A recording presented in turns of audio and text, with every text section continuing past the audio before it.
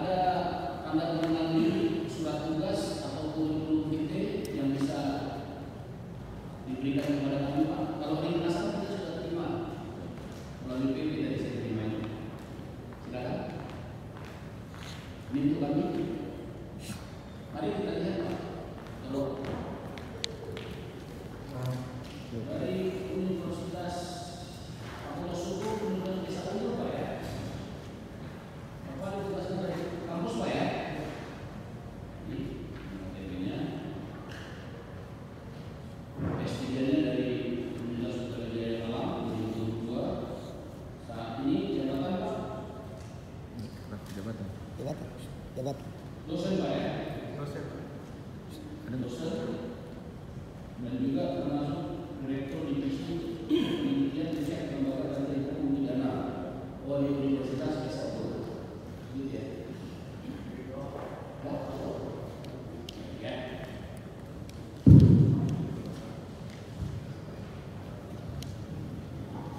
Agamanya ahli Islam ya. Islam. Baik. Sebagai ahli kami minta dulu untuk sumpah secara agama Islam ya, untuk memberikan keterangan yang benar persidangan ini. Untuk sumpah ya.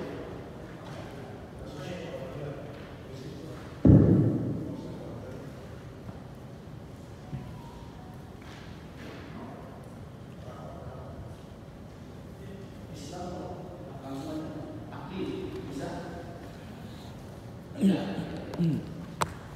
Bapak ya Ustaz, Bismillahirrahmanirrahim. Bismillahirrahmanirrahim. Demi Allah saya bersumpah Demi Allah saya bersumpah sebagai ahli dalam permohonan pra peradilan ini dalam permohonan pra peradilan akan memberikan jawaban yang sebenar-benarnya akan memberikan jawaban yang sebenarnya sesuai dengan ilmu pengetahuan saya sesuai dengan ilmu pengetahuan saya terhadap hal-hal yang ditanyakan terhadap hal-hal yang ditanyakan dengan sebenar-benarnya. dengan sebenarnya. Dengan sumpah yang ahli telah sampaikan, maka ahli hanya menerangkan yang benar dari apa yang ahli ketahui berdasarkan ilmu pengetahuan. Kami akan bertanya dulu Pak, nanti diperdalam oleh para penasihat hukum ya. Baik, ahli memang ahli di dalam bidang hukum pidana, Saya mengajar hukum pidana, hukum acara pidana, termasuk ideologi di samping mata kuliah, tapi spesifikasi saya adalah hukum pidana.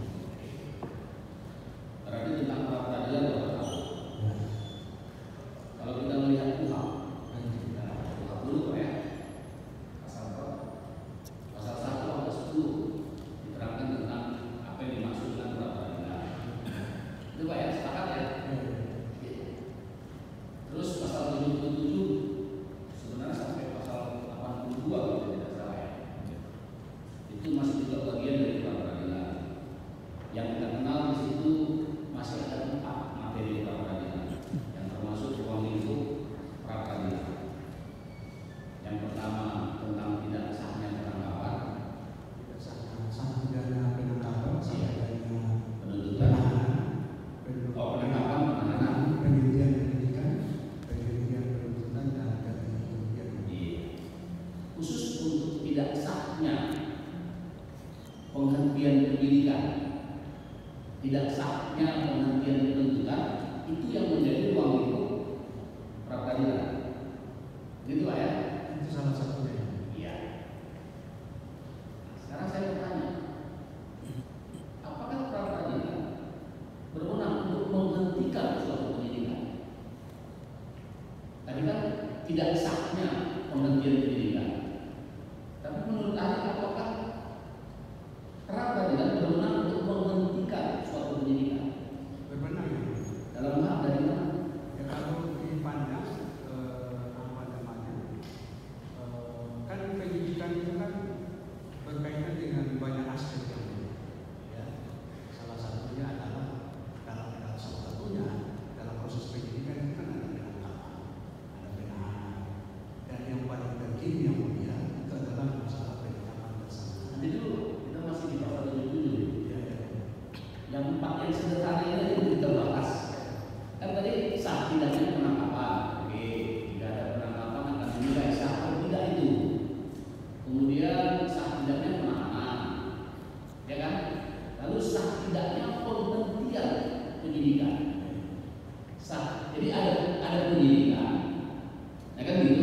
dihentikan, lalu terhadap sah tidaknya penghentian itu masuk ruang lingkup peradilan. Ada penuntutan, lalu dihentikan, sah tidaknya penghentian penuntutan itu masuk ruang lingkup peradilan. Nah ini pertanyaan saya, kalau sebuah penyidikan sedang berjalan, kan begitu, belum ada penghentiannya, apakah kita boleh menilai sah tidaknya penyidikan itu atau perintah untuk menghentikan penyidikan itu dalam ruang lingkup peradilan? Itu yang saya tahu pendapat ahli seperti apa. Ya, yang bisa dinilai tadi kalau dia kayak dinilai kalau berdasarkan pasal 7 tadi, kalau penyidikannya dihentikan. Iya. Kalau penyidikannya dihentikan, itu baru bisa menjadi objek peradilan. dalam permohonan kita langsung aja melihat ya, dalam permohonan pemohon pada petitum nomor 4 ya, bisa tidak salah.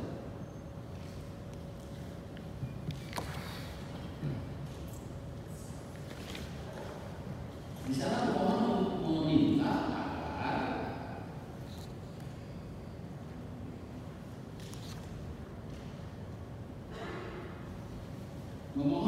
agar termohon menghentikan penyidikan. Kan itu ya? Ada kan ya? Apakah menurut ahli ini bagian dari ruang lingkup peradilan tadi, atau ini tidak menjadi ruang lingkup peradilan? Karena menjadi ruang lingkup adalah sah tidaknya penghentian penyidikan.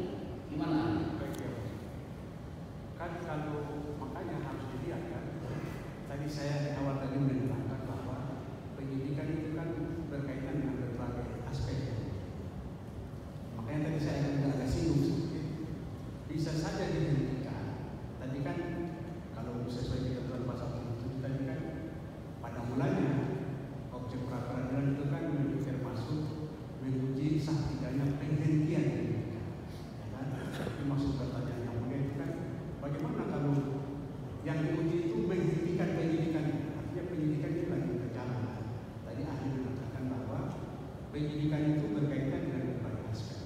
Nah karena itu yang terkini dalam praktek bisa dihentikan penyidikannya. Salah satu alasannya itu antara lain karena adanya menurut dugaan termohon adanya proses penetapan tersangka yang berdasar. Baik. Itu kan kita kalau bicara pasal putusan MK nomor 21 tahun 2024 yang diputuskan April 2015. Nah, dalam perkembangan pasca keluar putusan MK itu kan bertambah 3 lagi ruang lingkup peradilan. Satu tentang penetapan tersangka, sah tidaknya juga ya. Apakah penetapan tersangka itu sah atau tidak? Nanti saya tanya kepada Pak Kami. Satu lagi tentang penggeledahan dan penyitaan. Nah, jadi yang ingin kita tanya sekarang, di mana di putusan MK itu yang memperkenalkan pra-peradilan berwenang untuk menghentikan penyidikan? Kan tidak ada di situ. Yang ada kan penetapan tersangka. Gimana? Memang yang mulia putusan MK itu memang tidak sedikit pun bicara soal penghentian penyidikan. Cuma putusan MK itu kan sebagai menguji atas permohonan para pemohon waktu itu berkaitan dengan masalah pemeriksaan calon tersangka. Yang kemudian dalam pertimbangan pertimbangan itu tidak ada yang sebagai kawan kami ya, masalah pemeriksaan calon tersangka itu tidak ada di amal putusan, tapi ada di pertimbangan. Dalam pertimbangan itu Mahkamah Konstitusi perlu juga dilakukan pemeriksaan terhadap calon tersangka. Dan kemudian pemeriksaan calon tersangka itu kalau tidak dilakukan, itu bisa menjadi alasan permohonan pra-peradilan.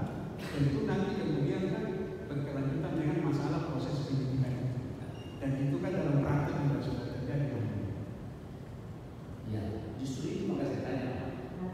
Saya tanya kepada ahli, apakah praktek yang selama ini sudah benar atau tidak benar?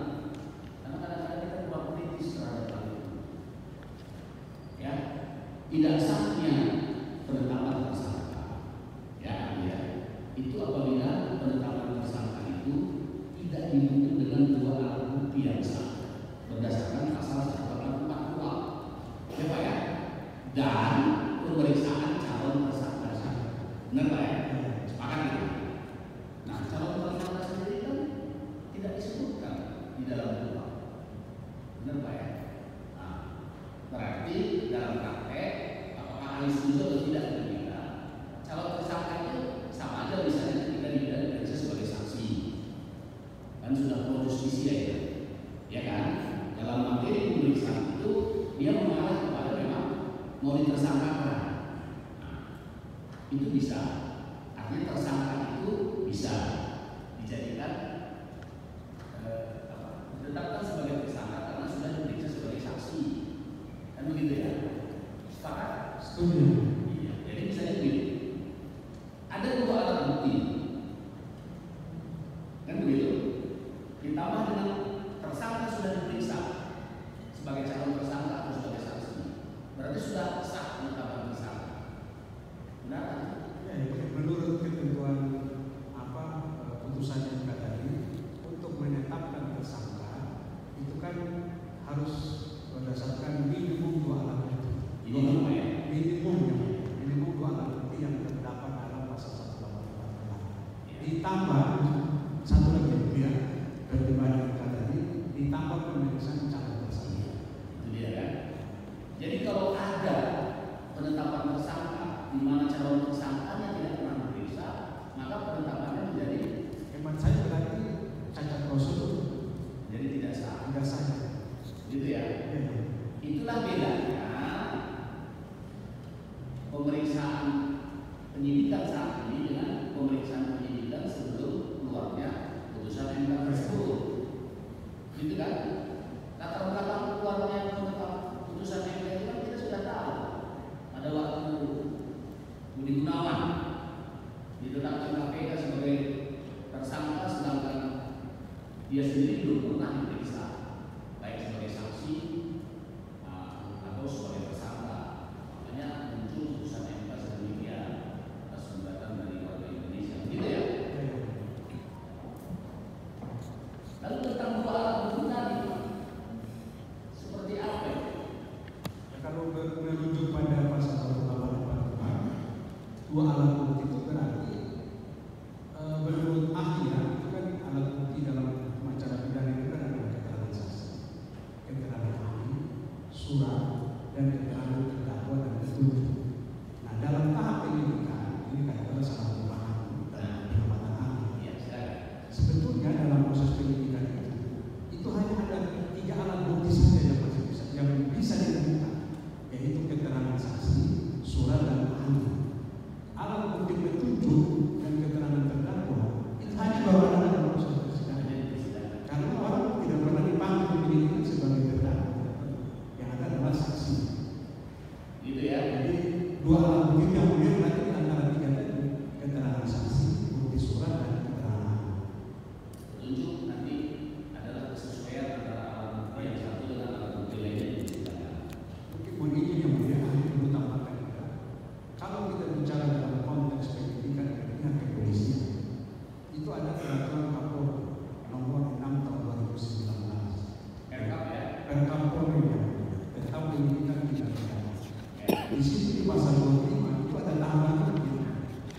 Jadi untuk menetapkan seorang tersangka selain didukung oleh 2 alat bukti ditambah dengan barang bukti. Itu Kapolri.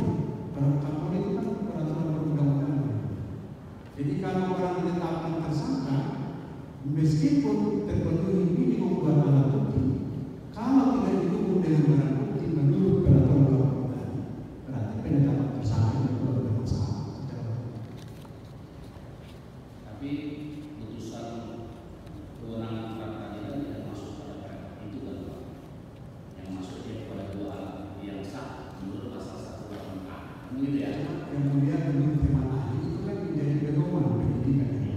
Kan harus dipatuhi oleh penyidikan. Yang namanya pedoman nanti kita kan berbeda pendapat lagi ya. Apakah bisa itu menyatakan menjadi tidak sah atau sah. Tapi informasi ini tetap kita catat dan kayaknya ada dalam dalil tentang ini. Yang ingin saya tanyakan begini Pak. Ya. Ada keterangan satu saksi. Ya. Katakanlah saksi korban.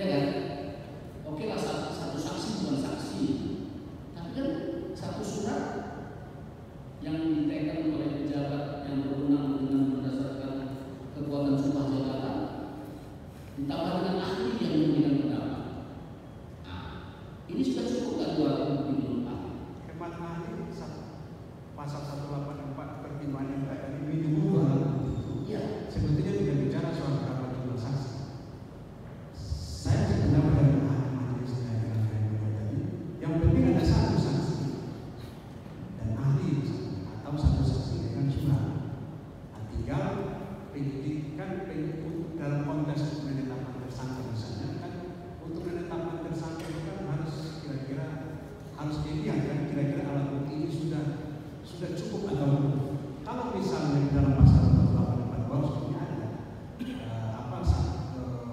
satu saksi itu dibolehkan sepanjang didukung dengan alat bukti lain. Itu kan untuk minimum pembuktian dalam perkara tertentu, Pak. Dalam peradilan itu biasa dalam misalnya dalam perkara asusila, dan terlalu sulit untuk mendapatkan kesaksian yang tidak berbuatan asusila.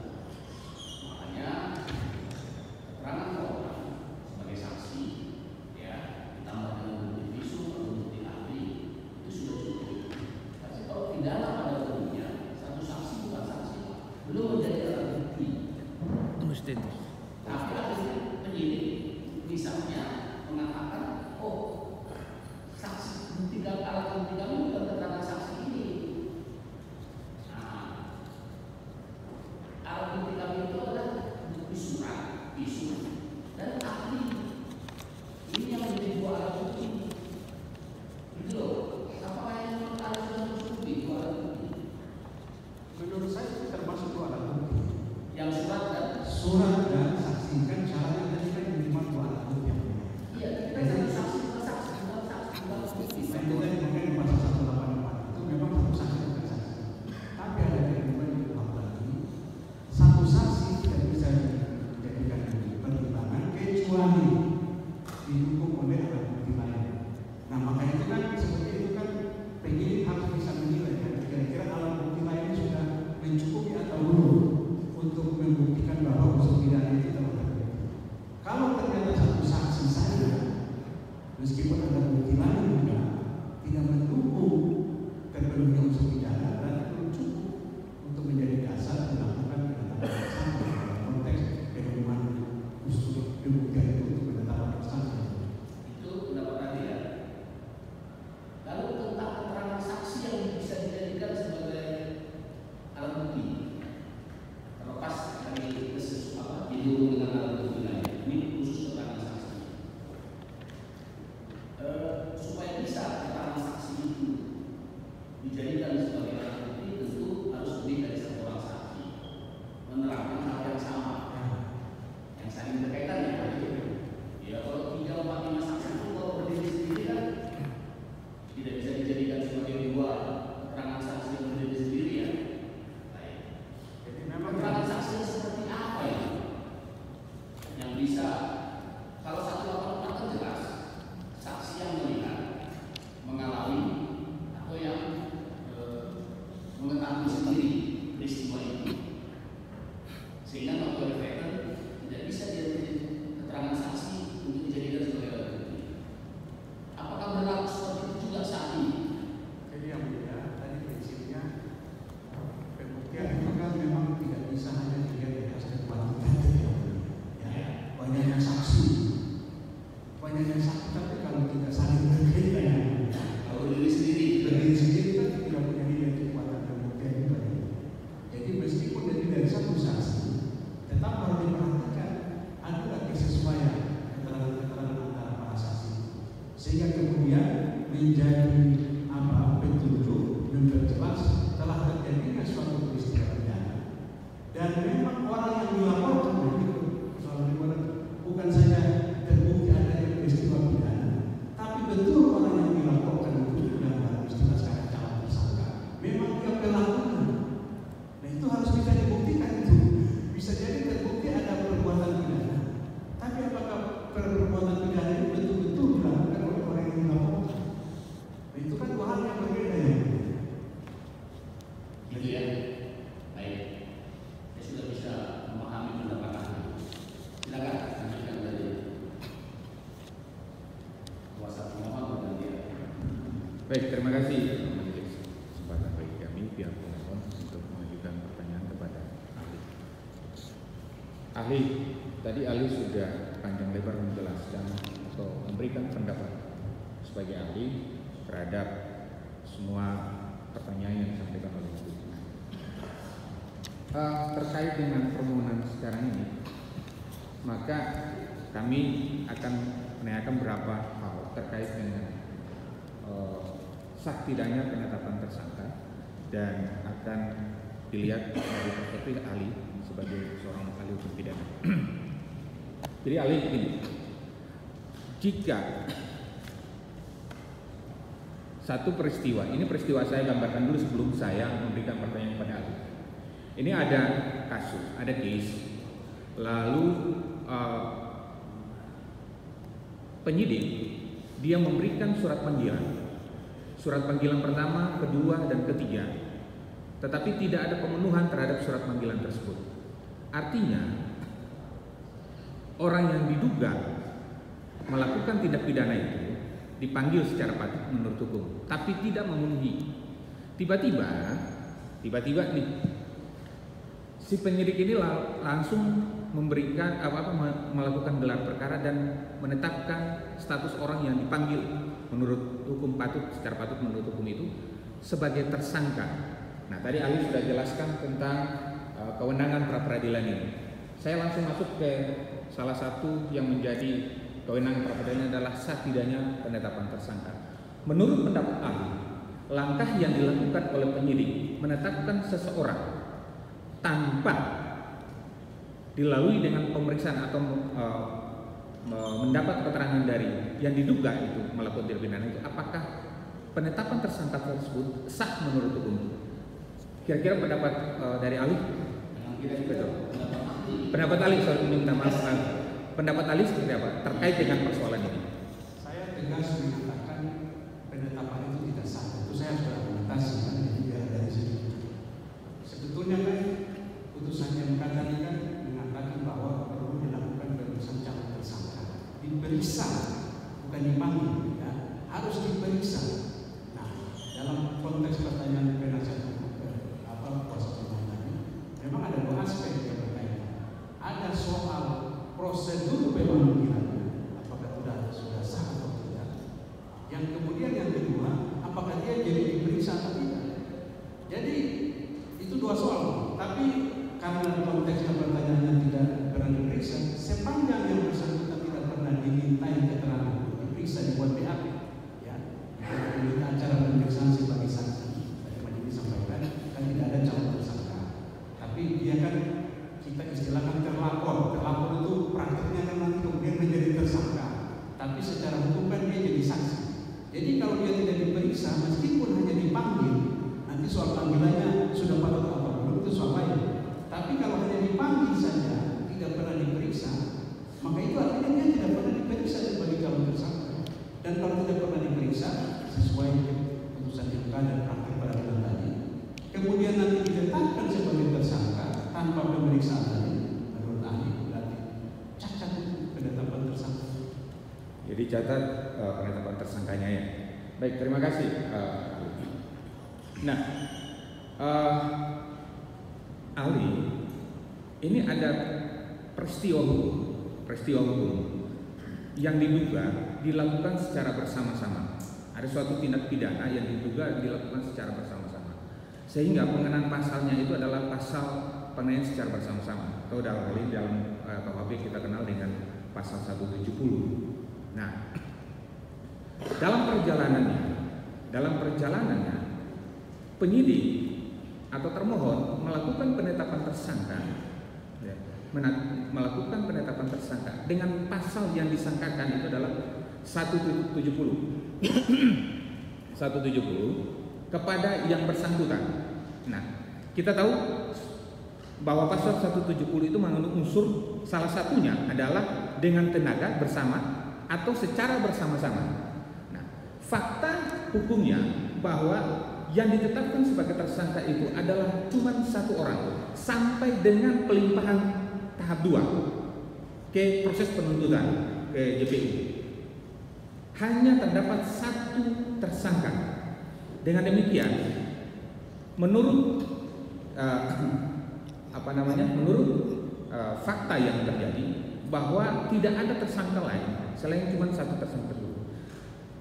Yang kami ingin tanyakan pendapat ahli, menurut ahli, apakah penetapan tersangka ini sah menurut hukum atau tidak? Dengan hanya satu orang tersangka dengan pengenaan pasalnya adalah 170, karena faktanya dia tidak memenuhi unsur tadi. Menurut pendapat hukum terkait persoalan ini gimana? Ya, saya kemudian jadi ingat yang mulia, dulu ada keterangan ahli Hamzah di satu pengadilan. Saya mau di Bandung waktu itu tahun 2000, masih ingat saya. Jadi kalau dalam hal ada tindak pidana yang dilakukan secara bersama-sama, ya, kalau kita kenal dalam waktu itu kan namanya kan penyertaan, itu kan mestinya kan berarti kan harus terpenuhi, harus ada lebih dari satu kan, karena unsurnya kan bersama-sama. Lah kalau unsurnya bersama-sama hanya satu saja yang ditetapkan tersangka, tidak ada tersangka lain, lalu unsur bersama-samanya itu gimana? Nah itu kan berarti ada problem itu dari sisi pembuktian unsur pasal pidana. Ya, saya mengatakan berarti ada masalah. Artinya ada yang salah dalam proses penetapan tersangka itu kaitan dengan pemenuhan unsur pasal 170 tadi, kuasa mengatakan pasal 170. Kalau hanya satu tersangka saja, berarti unsur bersamanya itu tidak terpenuhi. Mestinya kan kalau unsur bersama yang terpenuhi, berarti harus lebih dari satu tersangka kan mestinya kan. Oke, baik ahli. Jadi menurut ahli tidak sah penetapan tersangka dengan hanya satu orang tersangka terkait dengan pasal yang disangkakan, karena tidak terpenuhi unsur dari pasal Jadi tersebut. ini kemudian saya biar nggak masuk kan ini peradilan ini kan benarnya masalah prosedur ya, ya. Kita nggak nilai materi. Tapi meskipun menurut ahli dari pertanyaan kuasa hukum tadi, kan tersangka itu apa? Menurut ahli kan, orang yang karena tindakan atau keadaannya menurut bukti permulaan yang cukup diduga sebagai pelaku tindak pidana. Nah berarti kan sekarang konteksnya misalnya pasal 170. Ketika orang menetapkan seseorang dengan pasal 170 yang ada unsur bersama-sama, berarti kan mestinya penyidik harus bisa membuktikan unsur bersamanya. Ya toh? Unsur bersamanya kan harus dibuktikan. Berarti kalau unsur bersamanya dibuktikan, ada orang lain juga. Jadi kalau ternyata tidak ada orang lain, hemat ahli berarti penetapan tersangka itu belum memenuhi alat bukti yang cukup. Dan ini menurut saya menjadi kewenangan pra peradilan. Artinya prosedur penetapan tersangka itu belum terpenuhi sesuai ketentuan tentang syarat minimum pembuktian bagi penetapan tersangka. Baik, terima kasih ahli atas penjelasannya. Selanjutnya ahli, di dalam kasus yang dimohonkan oleh pemohon ini ada sebuah peristiwa di mana termohon melakukan tindakan hukum, yaitu melakukan penetapan mengeluarkan surat perintah penyidikan, dan yang kami punya buktinya bahwa dalam kasus ini permohonan pra peradilan nomor 5 ini termohon melakukan sampai dengan 3 kali sprindik dengan pasal yang sama, yaitu 170. Tetapi kemudian faktanya setelah pelimpahan maka ada fakta hukumnya berdasarkan surat panggilan kepada pemohon itu terjadi perubahan pasal, yaitu dari 170 menjadi 351 junto 352. Nah, menurut pendapat ahli, apakah boleh suatu penyidikan yang semula ya dikaitkan dengan satu pasal pidana ya, namun di kemudian hari ini bisa dirubah ke pasal yang lain? Apa pendapat ahli soal itu? Jadi karena tadi dirubah karena apa tadi, ada dari petunjuk. Dari petunjuk jaksa. Karena tahap ini dari sprindik pertama, sprindik kedua, sprindik ketiga itu pengenaan pasalnya adalah 170 dengan tersangkanya cuma satu. Tiba-tiba fakta hukum ya, fakta hukum dalam kasus peradilan nomor 5 sekarang ini, pada saat pemanggilan tersangka untuk tahap 2 penyerahan tersangka dan alat bukti kepada penuntut umum, terjadi perubahan pasal dari 170 menjadi 351 junto 352. Karena dengan alasan petunjuk jaksa. Apakah ini bisa sudah bisa terjadi atau pendapat ahli terkait hal ini? Jadi sebagai tambahan ahli, jaksa itu punya kewenangan. Dia kan memberikan petunjuk. Setelah dia meneliti berkas dan penyidik, kemudian dia membuat petunjuk kepada penyidik. Petunjuk-petunjuk itu dalam prakteknya antara lain bisa saja terjadi perubahan pasal. Kalau pertanyaannya boleh saja. Ya, apalagi oleh jaksa, karena jaksa itu kan kemudian nanti bertanggung jawab terhadap berkas perkara itu ketika dilakukan tahap penuntutan pidana. Namun digaris bawahi, kalau pertanyaannya boleh diubah pasalnya boleh kejaksaan boleh. Tapi kan dibandingin kan diubah, disuruh jaksa mengubah pasal. Di dalam pasal 110 yang mulia,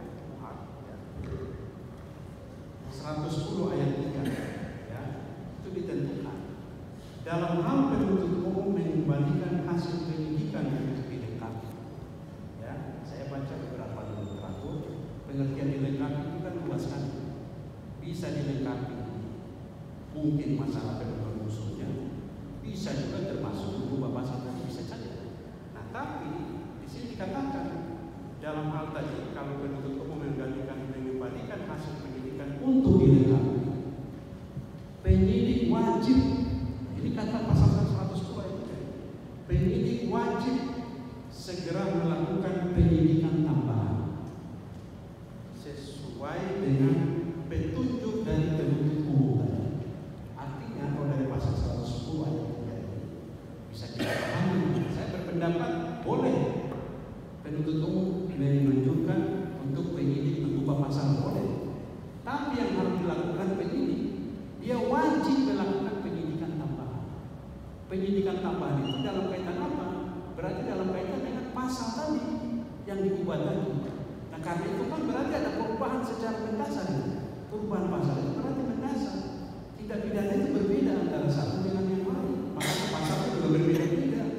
Ya, tidak sama itu. Misalnya orang bilang pasal 38 dan 32 sama.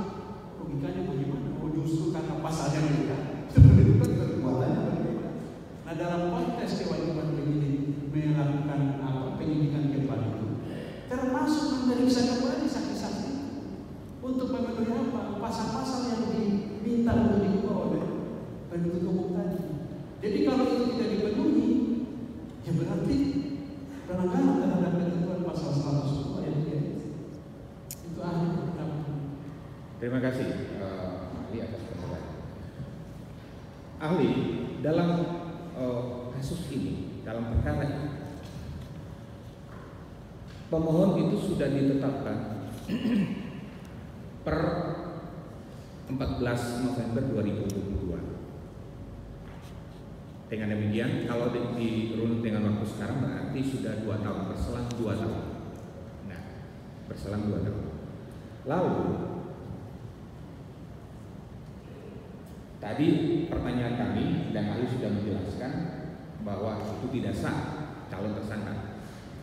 Tersangka pemohon ini tidak pernah diperiksa, lalu ditetapkan jadi tersangka 14 November 2022. Kemudian 2024 kalau tidak salah bulan April, kalau kami tidak salah ya, itu barulah diperiksa atau dimintai keterangan sebagai tersangka dengan upaya paksa berdasarkan dari pembuktian yang disampaikan oleh pihak termohon. Pertanyaan kami, apa pendapat ahli? Apakah bisa setelah penetapan tersangka selang 2 tahun barulah dimintai keterangan sebagai tersangka atau sebagai calon tersangka? Apa pendapat ahli? Ya, kalau orang sudah ditetapkan jadi tersangka, kan mekanismenya kan begini. Ketika orang dilaporkan, kita pakai bahasanya kan dilaporkan. Dia kan menjadi, kalau dari awalnya kan penyelidikan dulu, ya klarifikasi. Kalau nanti layak dinaikkan statusnya jadi penyidikan.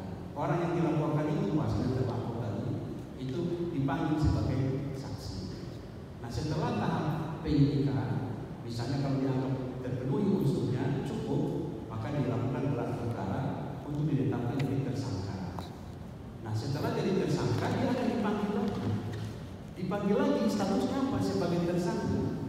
Dan BAP tersangka ini dipanggil di persidangan. Tidak ada BAP saksi. Maksudnya BAP saksi ada, tapi khusus yang dilaporkan tidak ada BAP saksi. Yang ada di BAP tersangka. Jadi kalau pertanyaannya setelah ditetapkan sebagai tersangka, bisa nggak dipanggil lagi sebagai tersangka? Boleh.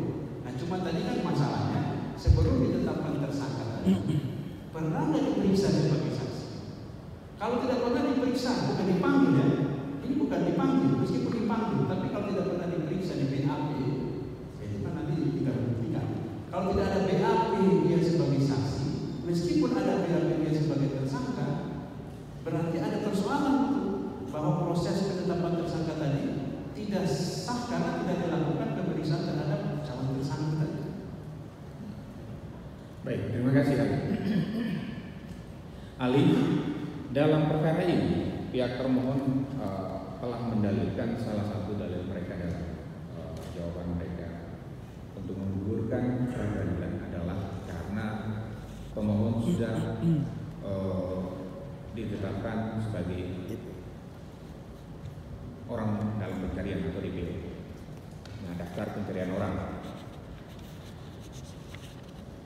Apakah ahli mengetahui sepanjang pengetahuan ahli tentang SEMA nomor 1 tahun 2018 tentang larangan bagi pengajuan pra-peradilan bagi orang yang masuk dalam DPO? Ya, saya pernah membaca itu, jadi kebetulan saya coba. Baik, terima kasih ahli, karena ahli mengetahui, maka kami lanjutkan dengan pertanyaan kami. Dalam kasus ini, bahwa permohonan pra-peradilan dalam perkara nomor 5 ini telah didaftarkan pada tanggal 3 September dan telah disidangkan pada tanggal 11. Pada saat itu termohon tidak datang. Tiba-tiba karena ketidakdatangan termohon, pada tanggal 14 termohon melakukan gelar perkara dan menetapkan terpemohon sebagai orang dalam pencarian atau masuk dalam daftar pencarian orang.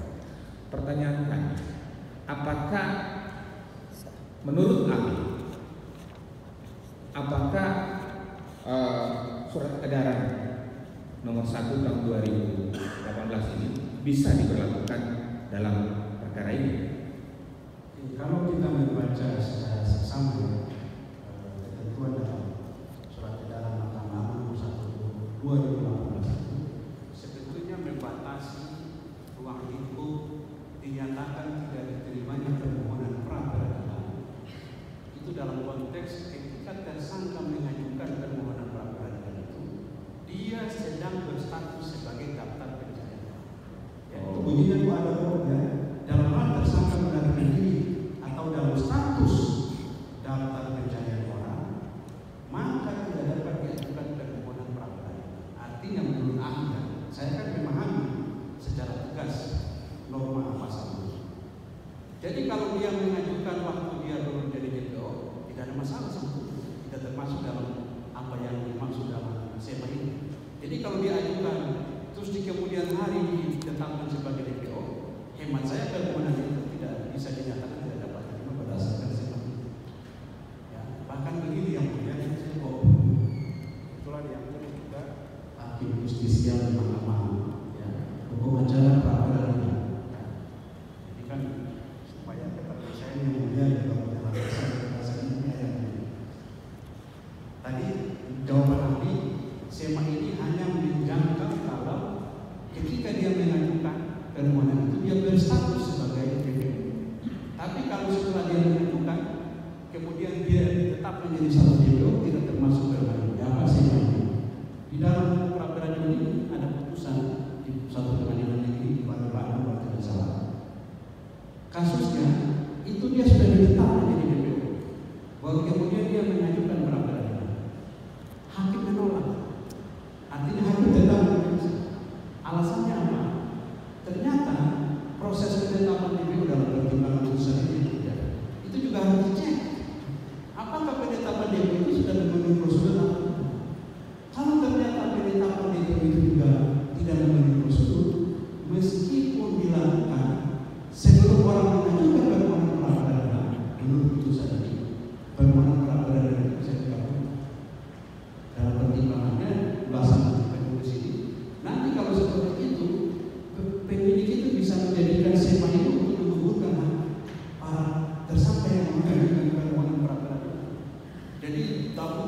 depo itu dijadikan alam, maka itu mesti dicek lagi apakah penetapan depo itu sesuai prosedur atau tidak.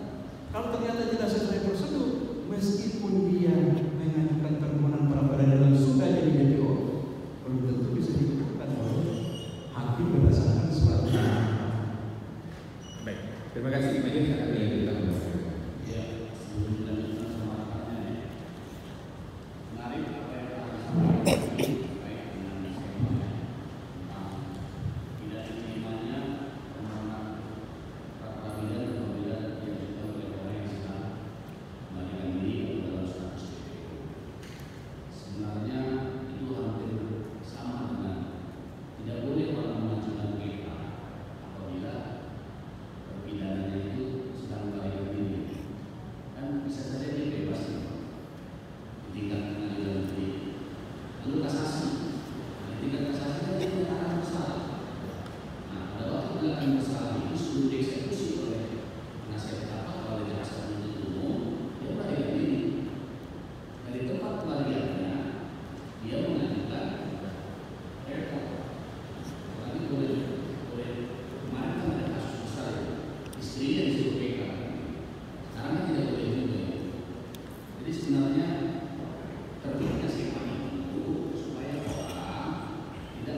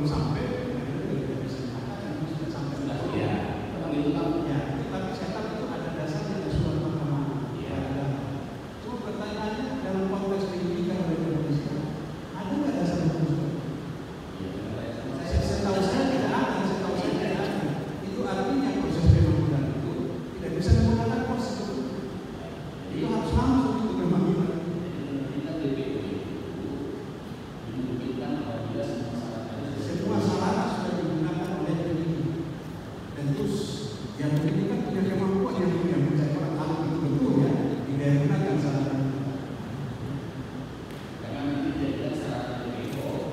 Untuk mengenal orang lain apa pada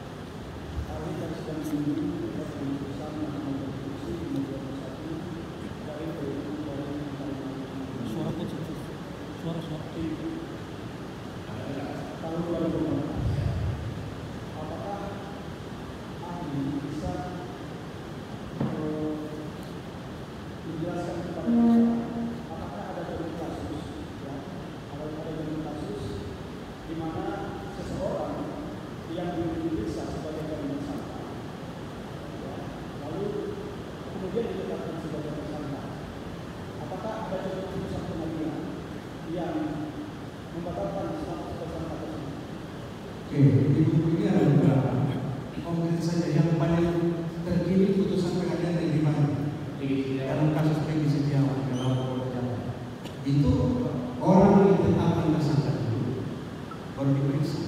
Jadi alasannya permohonan pra peradilan dikabulkan itu karena tidak pernah diperiksa sebagai calon tersangka. Itu putusan yang terkini dan saya tahu ya. Saya kira itu banyak orang yang tahu. Apabila ada 3 sprindik, ya, ada 3 sprindik. Sprindik misalnya pada tahun 2022, tahun 2023, dan tahun 2024. Menurut ahli, sprindik tahun berapakah yang dapat dipakai sebagai rujukan? Atau pertanyaannya begini,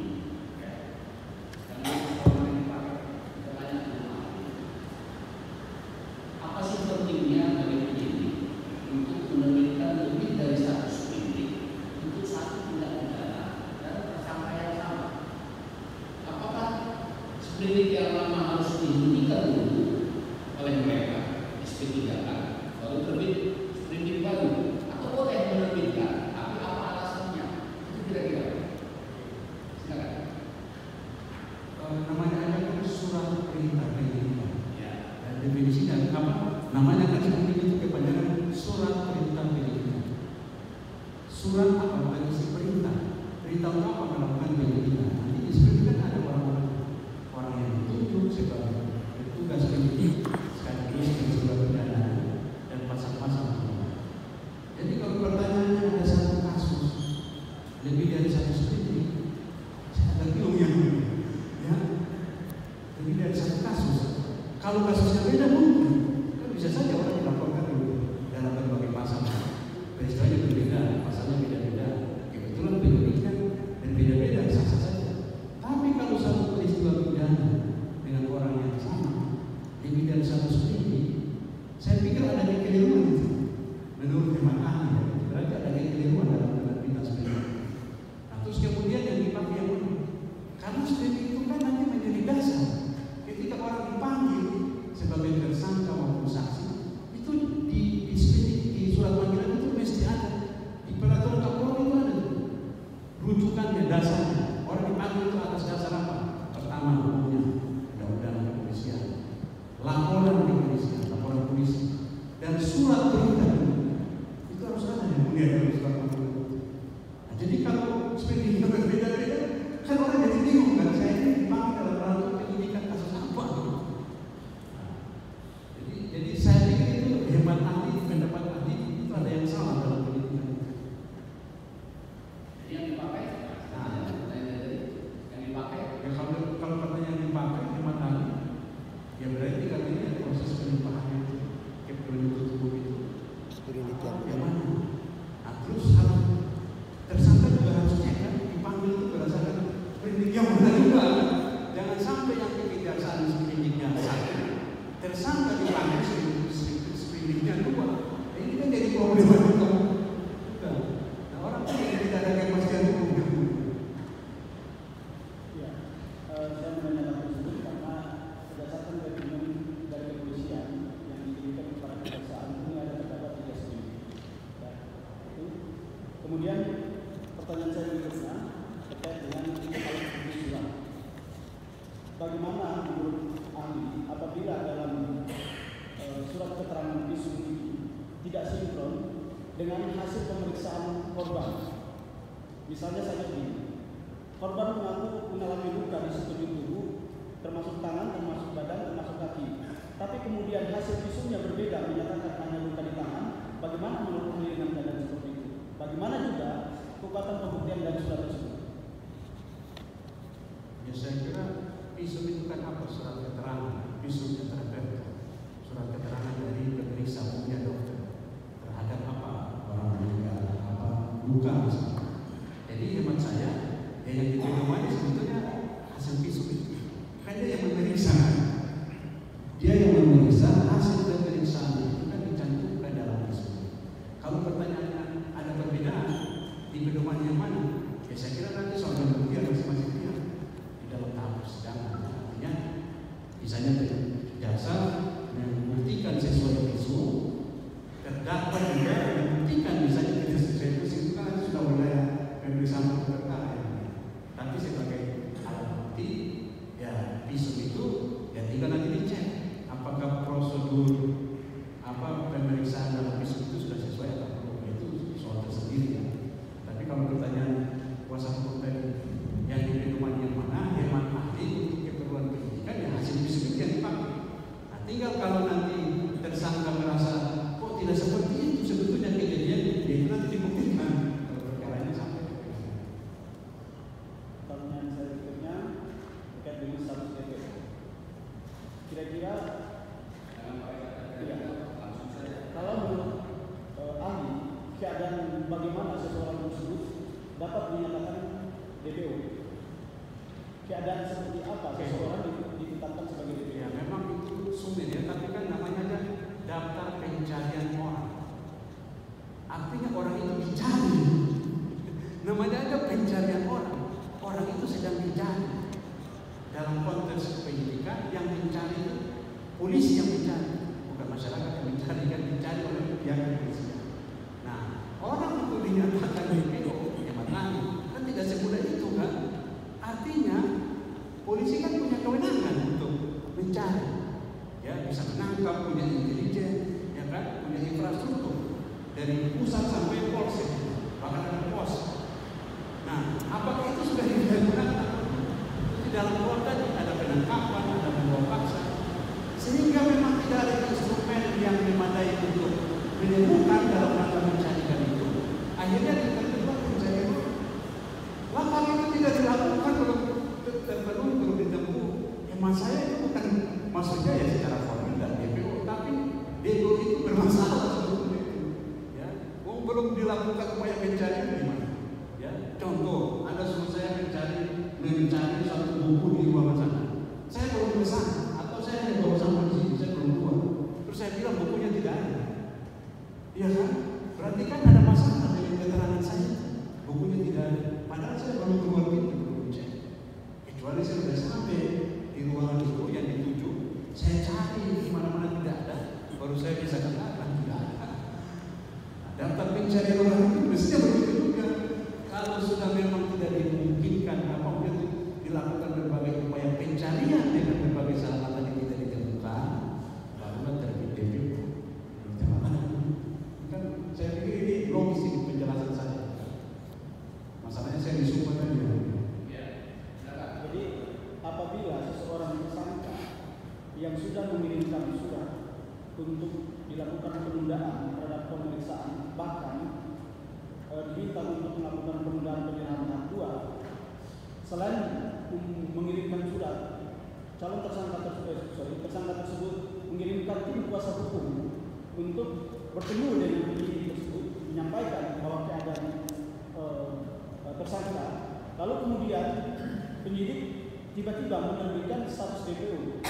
Apakah keadaan tersebut sudah layak tersangka tersebut ditetapkan sebagai DPO? Ya kalau dia mengirim surat, kalau penasihat hukumnya datang, berarti kan orangnya ada. Ya, lalu untuk apa diterbitkan DPO itu? Ya, hemat saya kalau seperti itu, saya masuk konteks materi perkara. Tapi kalau ilustrasinya seperti itu, berarti hemat saya DPO itu bermasalah menurut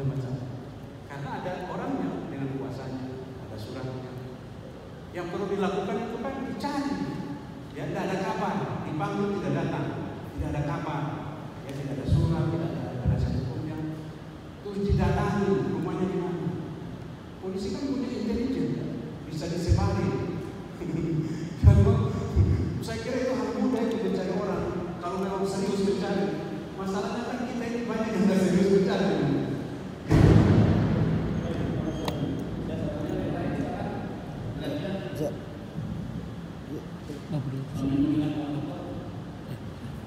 Terima kasih yang mulia. Terima kasih yang mulia. Saudara ahli,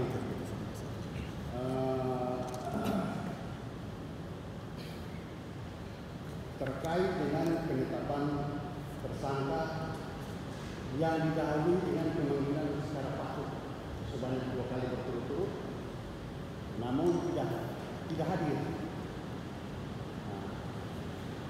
Selanjutnya penyidik langsung menetapkan yang bersangkutan sebagai tersangka tanpa didahului dengan pemeriksaan, sekaligus tanpa didahului dengan penjemputan paksa. Apakah penetapan sebagai tersangka tersebut sah menurut hukum? Mohon pendapat. Tadi ahli sampaikan bahwa berdasarkan putusan MK dan putusan pengadilan kasus itu tadi, bahwa penetapan tersangka yang tidak didahului dengan pemeriksaan calon tersangka itu bisa menjadi alasan penetapan tersangka itu tidak sah. Ya. Jadi kalau hanya dipanggil saja, jadi masalahnya itu bukan dipanggil, tapi dia harus diperiksa. Surat panggilan itu kan instrumen untuk orang datang ke kepolisian. Nah, jadi kalau dipanggil saja tapi tidak datang, berarti kan tidak ada berita acara pemeriksaan. Nah, yang disebutkan di putusan MK itu pemeriksaan calon tersangka, bukan pemanggilan calon tersangka. Hukum itu kan harus jelas. Asas hukumnya itu kan kalau hukum pidana itu lex serta, harus lex scripta, harus jelas. Jadi pendapat ahli, sepanjang dia tidak pernah diperiksa sebagai calon tersangka, meskipun dipanggil, hemat saya penetapan tersangka itu jadi tidak sah. Terima kasih ahli. Yang berikut, tadi saksi sudah menjelaskan secara panjang lebar terkait dengan DPO. Saksi ahli menyatakan bahwa DPO itu berarti bermasalah. Nah, yang kami tanyakan kepada ahli, apakah dengan ahli menyatakan bahwa DPO bermasalah itu berarti penetapan DPO itu juga tidak sah atau tidak itu? Mohon pendapat ahli. Ya kalau tidak sesuai prosedur, hemat saya cacat hukum juga kan tidak menjadi objek pra peradilan. Cuma dalam konteks SEMA tadi, karena tadi ditanyakan dalam konteks SEMA, ini saya ada putusan pengadilan negeri Bandung. Ya, pemohon ini waktu mengajukan permohonan pra peradilan itu dia sudah status DPO, tapi hakim tetap mengabulkan karena pertimbangannya apa? Penerbitan DPO itu cacat. Penerbitan DPO itu catat hukum. Nah, saya tanda di sini.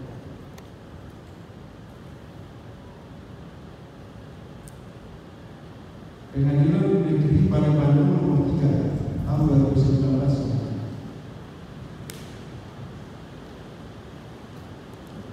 Yang berikut,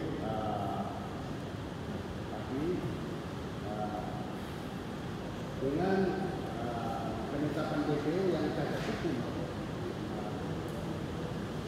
apakah berpengaruh terhadap permohonan pra peradilan? Mohon pendapat. Ya, berpengaruh dalam konteks kalau ada argumen bahwa permohonan pra peradilan itu mesti dinyatakan tidak dapat diterima, ya, maka berdasarkan salah satu contoh putusan tadi, berarti kan yang mestinya tidak bisa dipakai berdasarkan argumentasi tadi. Pengaruhnya di situ kan.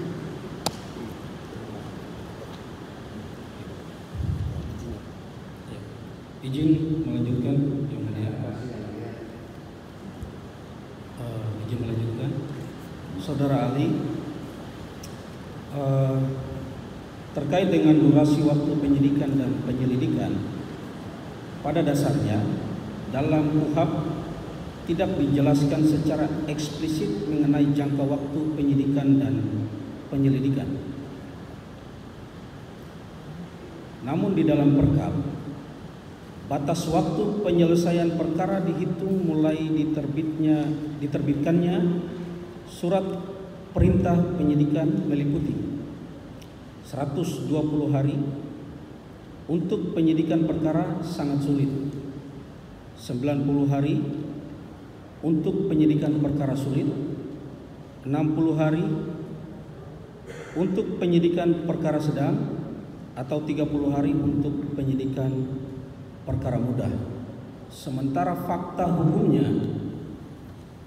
laporan polisi dibuat pada tahun 2022. Kemudian penetapan tersangka pun itu di tahun 2022. Tepatnya laporan itu di bulan Juli, penetapannya itu di bulan November. Mengacu kepada fakta hukum, tadi ahli sudah menjelaskan terkait dengan dapat ditetapkan seseorang menjadi tersangka apabila terpenuhinya 2 alat bukti. Sementara saksi yang diperiksa itu bukan pada tahun yang sama, tetapi dimintai klarifikasi, namun bukan sebagai saksi di tahun 2024. Menurut ahli, apakah pemenuhan 2 alat bukti sudah terpenuhi ataukah belum?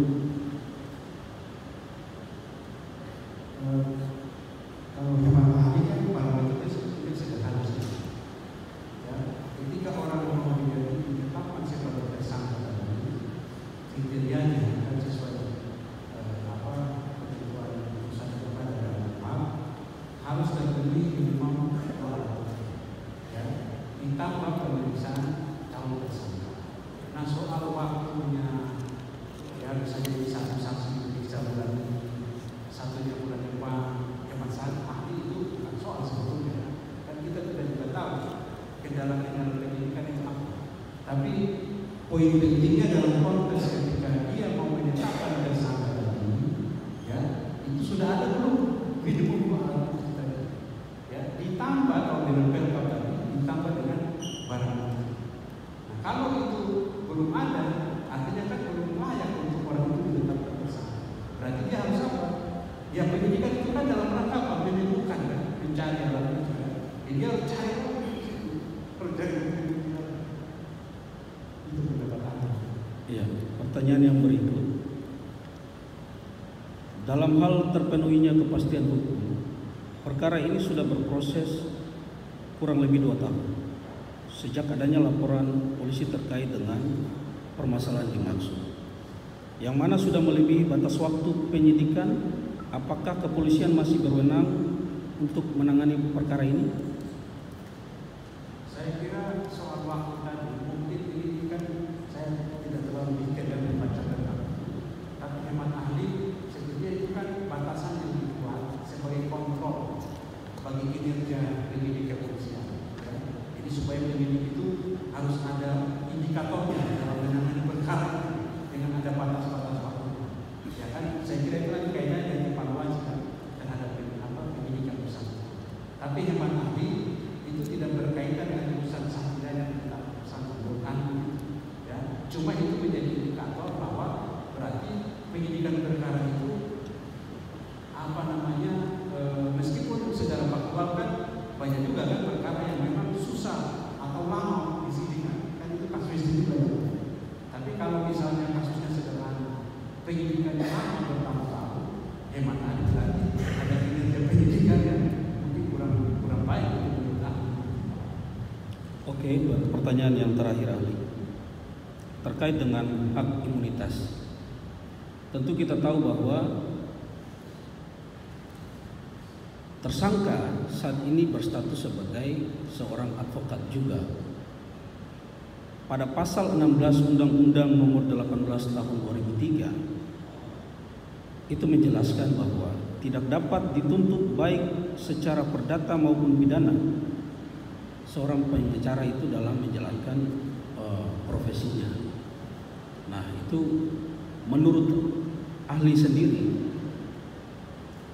proses dalam pemeriksaan tersangka sebagai seorang advokat ini bagaimana? Saya harus jujur mengatakan, karena saya sumpah yang meskipun saya saya pernah punya mahasiswa bimbingan meneliti skripsi tentang akuntabilitas. Nah, itu saya lagi mau menulis. Ya, kita boleh berbeda-beda. Akuntabilitas itu tidak bisa dipahami secara sempit bahwa advokat itu tidak bisa dituntut. Ya. Nah, kalau dia melakukan tindak pidana, hemat ahli ya, tidak bisa itu kita pakai akuntabilitas itu. Jadi akuntabilitas itu memang harus ada indikatornya. Contoh kasus kan biasa, yang kasus pengacara Frederick yang punya kasus Setia Novanto, itu kan dia berusaha menyembunyikan klaimnya, diproses kan sampai pengadilan. Nah, karena itu memang ini saya nggak masuk dalam konteks penilaian akuntabilitas ini ya. Jadi memang artinya memang bisa jadi advokat itu tidak bisa dituntut kalau memang perbuatan dia itu dalam kaitannya upaya membela kepentingan apa ya. Jadi kalau ternyata dilakukan kan bahasanya kan seseorang advokat tidak bisa dituntut ya kalau dengan itikat baik ya, itikat baik. Nanti dibuktikan kan kira-kira perbuatan itu dilakukan dengan itikat baik atau tidak. Cuma ahli mau tambahkan dalam konteks pemeriksaan advokat yang ahli tahu itu kan harus dilakukan melalui mekanisme pemeriksaan ya, itu kan sendiri. Artinya itu menunjukkan apa? Orang yang menjadi terlapor di penyidikan itu kan bisa diperiksa berarti kan. Cuma mekanismenya kan harus melalui organisasi advokat. Nah, tinggal nanti dilihat kira-kira mekanisme pemeriksaan lewat advokat itu sudah dilakukan atau belum. Nah, kalau ternyata mekanisme pemeriksaan organisasi advokat itu tidak ditempuh, berarti ada prosedur juga yang tidak dilakukan. Nah, itu bisa menjadi alasan juga bagi adanya kecacatan prosedur dalam proses penyidikan, termasuk dalam hal penetapan yang bersangkutan sebagai tersangka. Itu dari sisi itu ya, dari sisi prosedur pemeriksaannya. Terima kasih Yang Mulia. Terima kasih Yang Mulia. Izin menambahkan sedikit. Saudara ahli sudah menyampaikan bahwa saksi yang dimintai keterangan adalah bagian dari klarifikasi, bukan karena status undangan sebagai saksi dalam penjelasan awal. Pertanyaannya,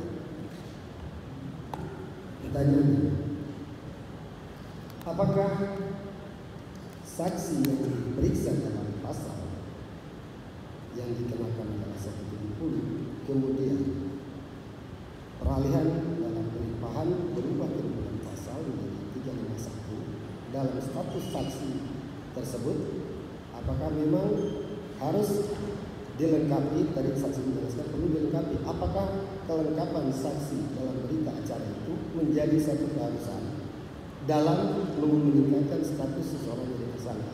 Bagaimana?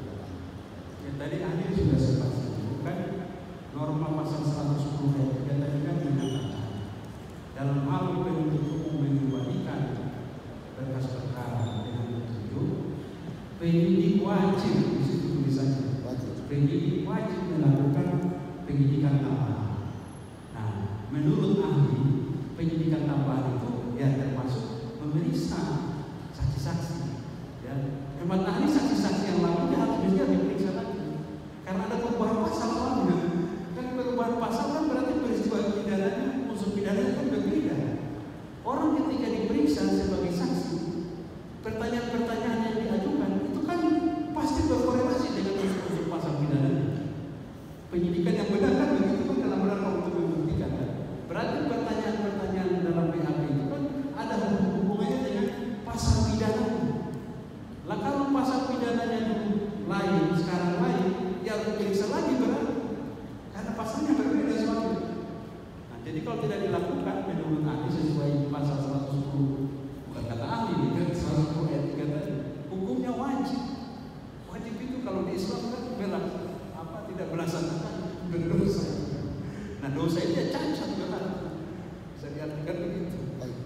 terima kasih penjelasannya. Satu lagi,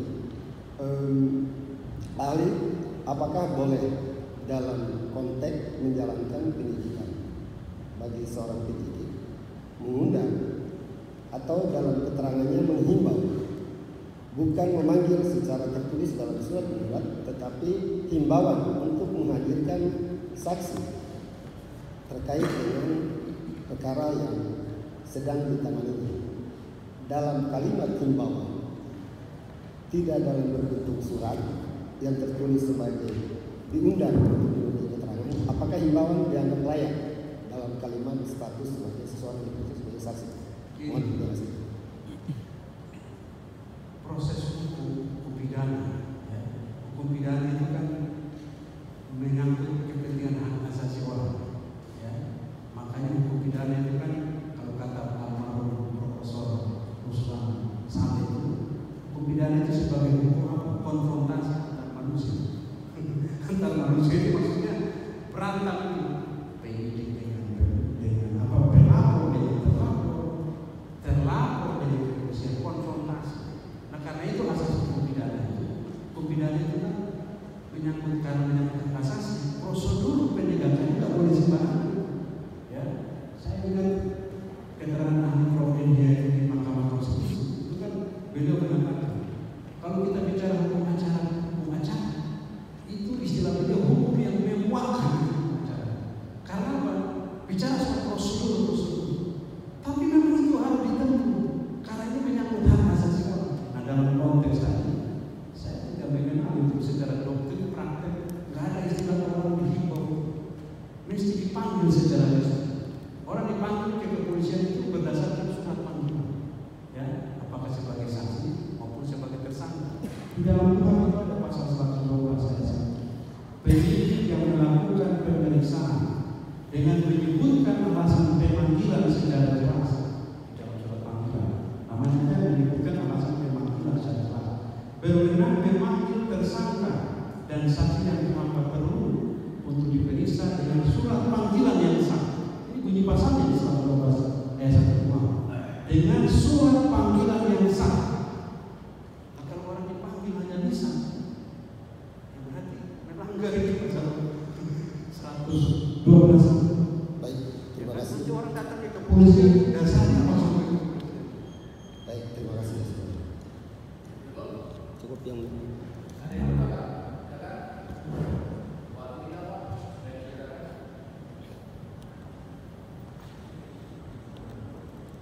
terima kasih majelis. Saya juga menanyakan kepada ahli terkait dengan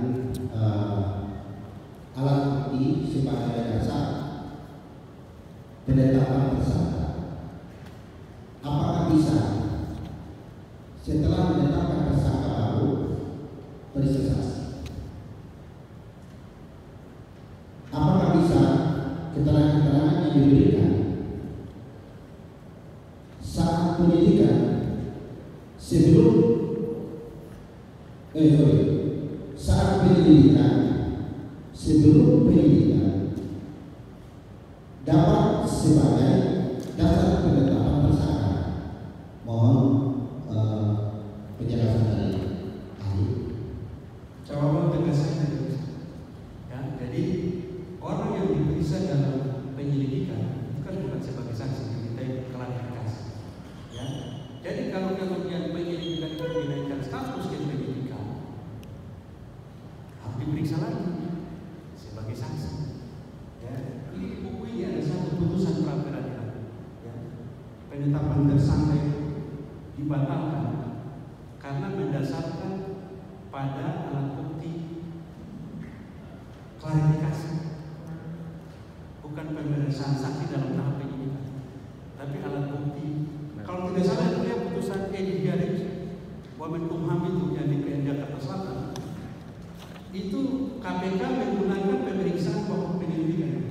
Kalau tidak salah saya baca betul. Jadi tegasnya tidak bisa itu keterangan-keterangan dalam penyelidikan itu dijadikan dasar untuk penetapan tersangka. Nah, untuk penetapan tersangka tadi harus diperoleh alat bukti itu dalam proses penyidikan. Ya, kan bahasanya tadi jelas kan, penyidikan adalah apa? serangkaian ya tindakan yang menurut undang-undang ini dalam rangka mengumpulkan bukti guna menentukan tersangka. Itu dalam penyidikan. Jadi penetapan tersangka itu dalam penyidikan, termasuk bukti-bukti yang diperoleh itu harus dalam tahap penyidikan. Jadi kalau menggunakan bukti dalam penyelidikan itu tidak sah menurut kami. Baik.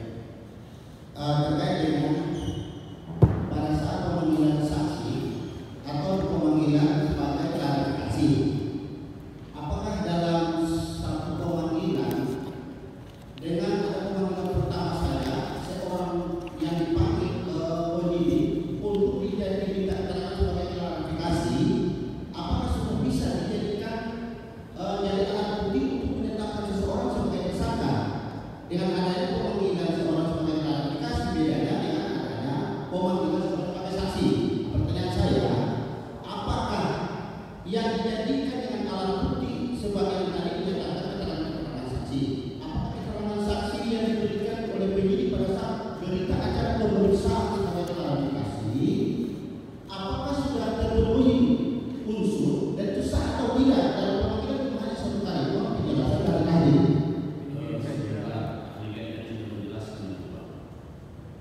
Jadi waktu kita pahami bersama, sebagaimana juga saksi sudah saya sampaikan, jika masih dalam tahap penyelidikan, maka itu adalah permintaan keterangan atau klarifikasi. Kepentingannya itu hanya untuk apakah perkara itu bisa ditingkatkan untuk penyidikan atau tidak. Setelah mereka dalam perkara dari penyelidikan ke penyidikan, baru dipanggil lagi mereka untuk menjadi saksi, gitu Pak. Jadi penetapan tersangka, kalau menurut ahli ini dan juga menurut literatur yang kita baca, itu berdasarkan keterangan saksi, bukan keterangan dari permintaan keterangan klarifikasi. Pahami lah ya. Pertanyaan lain. Baik, ahli, saya masukkan lagi ada terkait dengan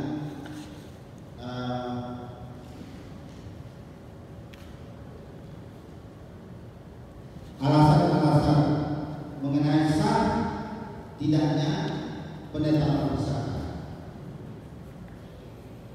Khusus mengenai sah tidaknya penetapan tersangka sebagai salah satu itu menurut ahli apa saja atau dalam hal bagaimana suatu penetapan tersangka itu dinyatakan sah dan penetapan tersangka itu tidak sah. Mohon penjelasan. Memang secara norma itu memang tidak disebutkan secara jelas ya. Tidak ada satu norma yang mengatakan penetapan tersangka itu dianggap sah atau sah itu karena ini ya. Tapi hanya berpendapat karena ini tidak bicara soal prosedur, pendapat pribadi ahli. Suatu penetapan tersangka itu dianggap sah manakala dilakukan sesuai dengan prosedur hukum yang berlaku. Sederhananya seperti itu. Sebaliknya suatu penetapan tersangka itu dinyatakan tidak sah, berarti prosedur dalam penetapan tersangka itu bertentangan dengan prosedur hukum. Nah, saya di dalam buku ini yang mulia itu ada beberapa jenis ya penetapan tersangka itu dikatakan tidak sah. Satu, penetapan tersangka dilakukan pada awal penyidikan. Ya, ini ada putusan pengadilan. Ya. Dua, penetapan tersangka didasarkan pada proses penyelidikan dan penyidikan oleh pejabat yang tidak sah. Kalau tidak salah itu putusan Budi Gunawan melawan KPK yang mulia. Saya yang mau sampaikan karena beliau persoalan penyelidikan. Karena penyelidiknya dianggap oleh KPK. Ketiga, penetapan tersangka tanpa dugaan tindak pidana yang jelas. Ya. Empat, penetapan tersangka tidak didasarkan pada proses penyelidikan dan penyidikan. Artinya ada penyelidikan, terus ada penyidikan atau dijadikan tersangka. Keenam, kelima penetapan tersangka tidak didasarkan pada bukti permulaan minimal dalam bukti yang sah. Keenam, penetapan tersangka didasarkan pada proses mendapatkan bukti permulaan yang cacat prosedur. Prosedur mendapatkan bukti juga harus benar. Kalau dilakukan tidak sesuai prosedur bisa menjadi cacat. Terus ketujuh, penetapan tersangka atas kualitas subjek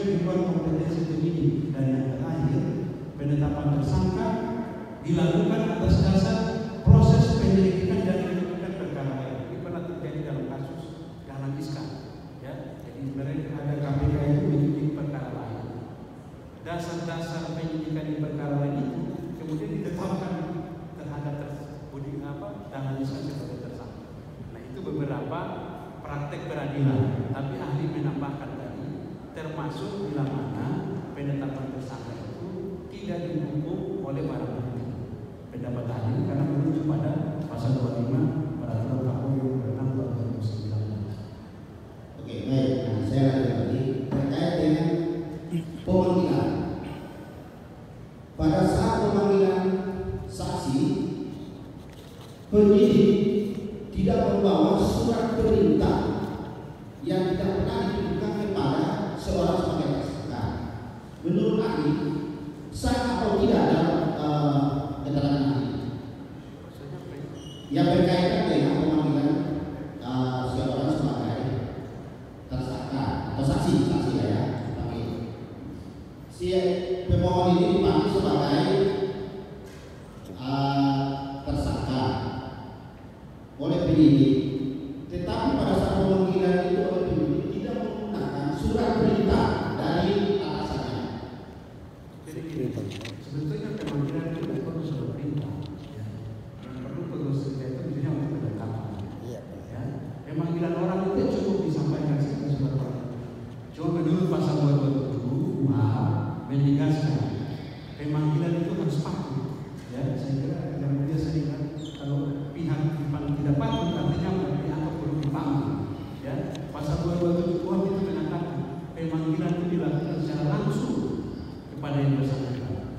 Kalau tidak ada pemanggilan di dalam buku kuhap penjelasan kuhap itu dia menjelaskan kalau pemanggilan itu dilakukan di luar itu termasuk dalam kantor pos misalnya tidak sah itu pemanggilan. Ya, saya berpendapat begini. Beda kalau dalam prosedur hukum acara perdata dilakukan lewat pos, saya tahu saya karena ada landasan hukum, itu ada surat edaran. Jadi itu bukan diada-ada, memang itu ada dasar hukum. Oke, baik. Terakhir dari saya terkait dengan pasal 27 pemanggilan. Apabila seorang saksi atau tersangka tidak ada di rumah, surat pemanggilan itu dikemanakan arahnya? Apakah dititip melalui, karena dalam maksud jelas harus melalui desa, dan apakah kalau sudah tidak sampai kepada yang bersangkutan yang tidak dititip melalui desa, apakah menurut ahli surat itu sah atau tidak? Surat itu sah atau tidak, tapi prosedur pemanggilan mungkin ya. Kita bicara prosedur pemanggilan. Jadi kalau kita membaca pasal 227 ini kan pemanggilan itu kan dilakukan secara langsung kepada yang bersangkutan. Kalau tidak ada, itu kan tadi disampaikan melalui kepala desa ya, atau pejabat lain. Ini ada satu putusan juga yang punya peradilan dalam ini. Itu ada putusan peradilan yang menyatakan dasarnya apa masalah pendidikan itu supaya dalam tersangka berkaitan dengan DPO yang dengan DPO ya. Jadi yang kemarin keputusan pengadilan negeri Bandung tadi, ketika orang ditetapkan DPO kan dipanggil dulu, ya kan? Ternyata dalam putusan ini yang bersangkutan itu dipanggil, tapi tidak melalui prosedur yang sah. Surat panggilan itu kalau di putusan ini dikasih lewat penasihat hukum. Nah pertimbangannya itu tidak boleh. Jadi saya pakai landasan putusan itu. Jadi menurut majelis hakim itu termasuk pemanggilan yang tidak sah karena panggilan itu harus disampaikan kepada yang bersangkutan. Nah dalam kasus yang dijadikan dasar itu dipanggil melalui penasihat hukum. Nah oleh majelis hakim peradilan dianggap itu proses penerbitan DPO dengan cara pemanggilan seperti tadi. Baik, terima kasih. Cukup. Baik, kuasa termohon ada pertanyaan kepada ahli yang dari pemohon ini, silakan.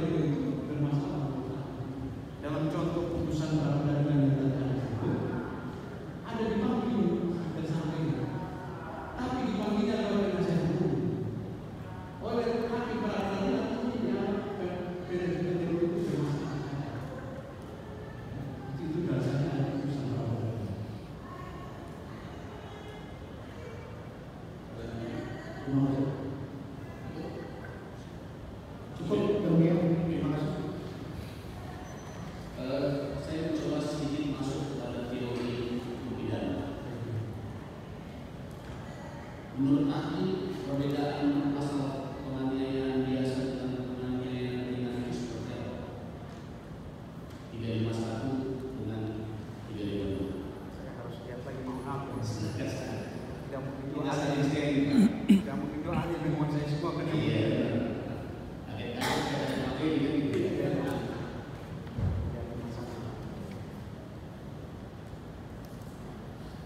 Pengennya 351 yang boleh saya bacakan yang satu, pengennya adalah diancam dengan pidana penjara paling lama 2 tahun, dia 82, denda paling banyak dan seterusnya. Kecuali yang tersebut, maka pengennya tidak menimbulkan penyakit atau halangan atau menjalankan pekerjaan jabatan. Oke. Kalau pengen, pengen dia. Nah ini memang dalam praktek memang kadang-kadang sulit untuk membedakan antara pasal 351 dan 352. Cuma kalau 351 itu yang mulia, seperti tahun hari saya pernah baca di kasus itu. Sebetulnya kan tidak pidana pengennya itu kan kadang-kadang sederhana saja. Kalau di buku Asusilo itu ada orang tidur di kamarnya, kita buka jendela kamarnya, kemudian mengakibatkan orang itu masuk angin dan sakit perut, itu termasuk tidak pidana penganiayaan. Ya. Nah seperti itu mungkin masuk dalam konteks pasal 351 tadi. Tapi kalau 352,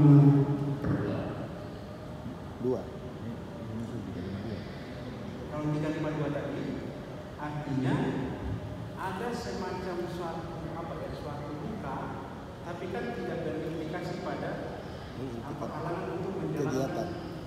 Maksudnya tadi kan tidak menimbulkan penyakit atau halangan untuk menjalankan pekerjaan. Baik. Kalau kita baca dari visi PPR yang ada dalam bukti ini, masalah bukti dari awal, sana disebutkan luka yang dialami korban tidak menghalangi korban untuk melakukan kegiatan untuk sementara waktu. Jadi kalau dilihat dari pengertian masalah tadi itu masuk kategorinya kepada 352. Ya. Ya. Tapi dipersangkakan juga misalnya dia dengan 351. Ya. Atau penganiayaan ringan tadi itu lain dari penganiayaan biasa. Ya. Tapi ada implikasinya dalam praktek peradilan. Itu yang mungkin kami tidak pernah merasakannya. Sama kami itu berbeda Pak. 351 itu bisa ditahan. 352 tidak berusaha. Jadi dalam praktek terkadang pasalnya 352 dipakaikan 351 dan bukan penyidik yang salah. Kadang-kadang penuntut umum memberikan petunjuk masukkan di 352. Alasannya apa? Biar bisa ditahan. Itu satu. Ada lagi yang kedua, pasal 127 Undang-Undang Narkotika dengan pasal 112. Seseorang ditangkap tapi punya hanya 0,2 gram, apalagi ada 0,02 gram, hanya untuk pakai. Dia beli 200.000 hanya untuk hemat pakai, sekali pakai habis. Nah dalam skema kita yang seperti itu dikenakan pasal pembunuhan 127, ancaman 4 tahun, tidak bisa ditahan. Tapi kan penyidikan wajib menyampaikan berkas perkara untuk diteliti oleh penuntut umum. Ya, karena kesulitan dalam penelitian itu, penyidik menyuruh sertakan 112, bahkan 114, hanya untuk barang bukti 0,09.